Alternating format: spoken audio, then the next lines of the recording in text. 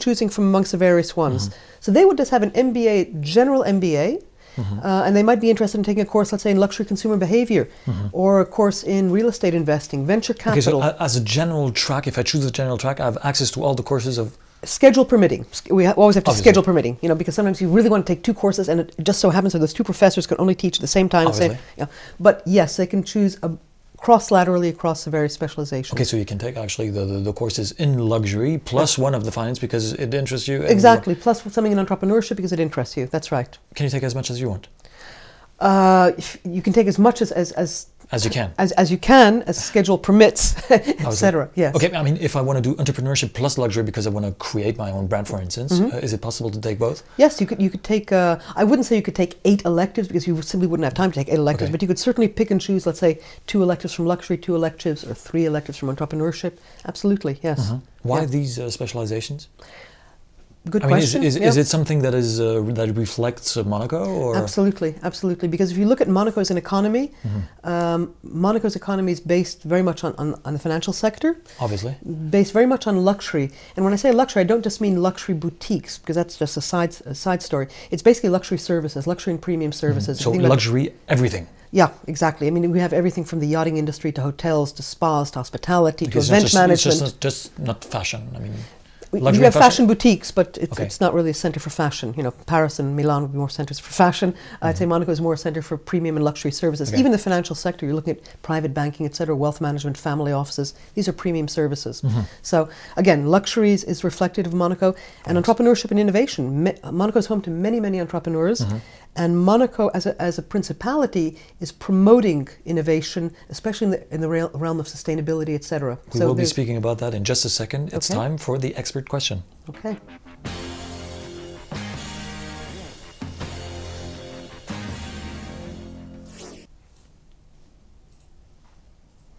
And expert question. Okay. It's not an expert question, but it's a good question. Okay. And it's one I'll try to dismantle. So the expert question is, Monaco is a place of shareholders and pensioners, not a place of businessmen, is it? What's the interest of coming to Monaco to do an MBA? Okay.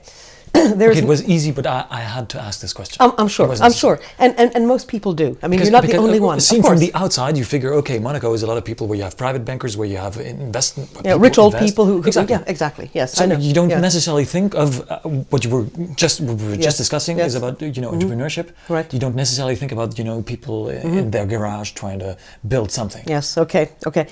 So first of all, Monaco has an image of being a place for shareholders and pensioners, and it might have been the case in the past.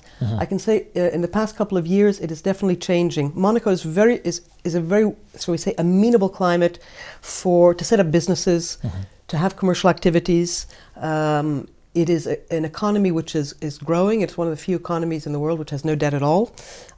It favors certain areas of innovation, such as sustainability, healthcare, increasingly education, IT, intellectual property, etc. So although the image of Monaco is basically just a financial center for people with means, certainly that is not the only... It's the place where you don't pay any income tax. But there's more to it. Yeah. You don't pay any income tax because the economy is so well run that people basically don't need to pay income tax in Monaco to have the economy running. So it's actually one of these microstates. There's some interesting articles which have been written about it, in the sense that income tax is not necessary because the state itself is being run so well. I don't want to venture there because that's not my expertise. The question I want to ask is, what kind of businesses do you have? I mean, there are about 4,000 businesses in Monaco. Which are? Which range from everything. There is finance, there is R&D, there's technology, there is an automotive component manufacturer in Monaco, there's a pharmaceutical, bioengineering companies.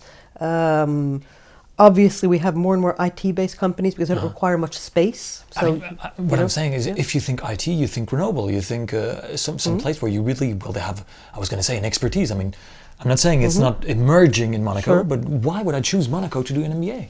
It depends again what your interests are. I mean, if you want to go into IT, into an engineering field, well, then certainly there are many options to go to. If you're thinking about setting up a business, which is something, shall we say, different, something new, Monaco is definitely very, very propitious for that kind of... Why? Because it's easy now to set up businesses. Monaco has recognized the importance of bringing in new intellectual capital to keep the economy going. Monaco is very aware that there are many competitors to Monaco's status, and is therefore trying to develop a kind of, shall we say, infrastructure which attracts people who have new ideas, regardless of what those new ideas might be. They might be in import-export, they might be in shipping, they may be in trade, etc. So it's becoming easier and easier to set up a business in Monaco. In fact, many students, not many, but I'd say a good percentage of the students doing the Monaco MBA do so in particular because they'd like to set up a business, ideally in Monaco. Okay, so the second part of my question is, okay, we understand why Monaco. Right. The question is, why IUM? Because I have the feeling that the identity of the school is, okay, we're in Monaco, it's a great place, come to us. But why should we choose your MBA? I mean, there's a lot of MBAs out there. Why should we choose yours? What is different? Okay.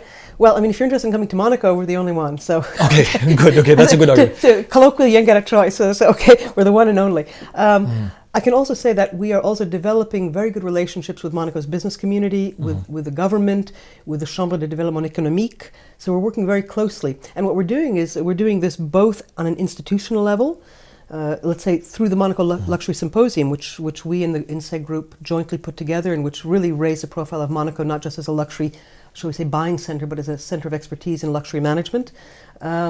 But we're also ensuring that our students, the MBA students in particular, work on projects, corporate projects, with the Monaco business community and with the Monaco, shall we say, the institutions in Monaco which provide, shall we say, the engine for Monaco's growth. So they're working on projects with the Monaco Tourism Authority, with the Monaco Convention Bureau, with the Société de Bains de Mer, which basically runs most of the hotels, etc. in Monaco, also runs the opera, etc. They're working with certain hotels in Monaco on actual projects. So they're working as consultants would work.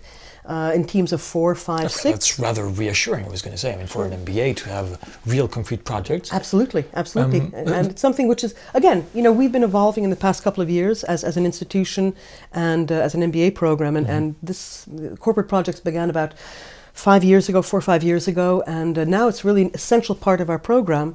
And students very much enjoy doing it. And Monaco itself, I think, realizes the value of having these students who come from all over the world. And again, I said, you know, we have students who... we'll be speaking about the international side of the students, it's a promise. I'm trying to understand the positioning of the MBA. What I hear, I mean, I have the impression